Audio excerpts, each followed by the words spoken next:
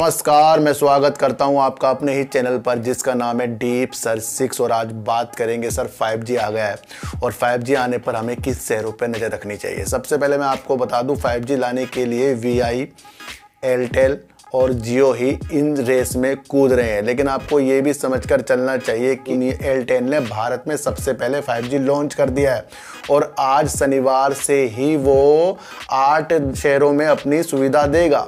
लेकिन जो जियो के चेयरमैन आकाश अंबानी जी की तरफ से स्टेटमेंट है वो पुराने दिनों को याद दिला रहा है। जिस तरीके से 4G जब लॉन्च हुआ था जियो का तो इन्होंने फ्री में दिया था और कई लोगों के पास फिर फ्री में लेने की सुविधा को ज़्यादा बनाने के लिए इनको ज़्यादा कस्टमर मिल गए थे, लोगों को आदत पड़ गई थी और लोगों के नंबर बढ़ गए थे सबके।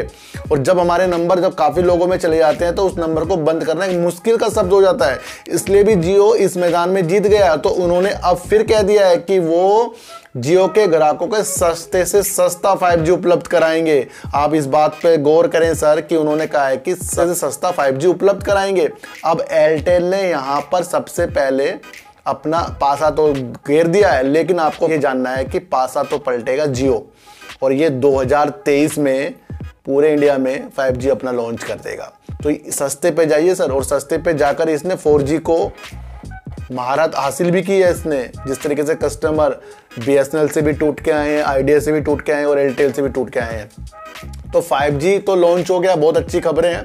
और इससे 5G से जितने भी टेलीकॉम सेक्टर के शेयर जो इनसे जुड़े हुए हैं वो धीरे धीरे वर्क करेंगे, तेजी से नहीं करेंगे, क्योंकि अभी लॉन्च होने की बात हुई है और जब लॉन्च ही कुछ शहरों में हो रहा है तो तेजी फिर सारे शहरों में हमें देखने को कमी मिलेगी। तो आपको ये समझना चाहिए एयरटेल में कुछ दिनों तक आपको तेजी के देखने को माहौल मिल सकते हैं।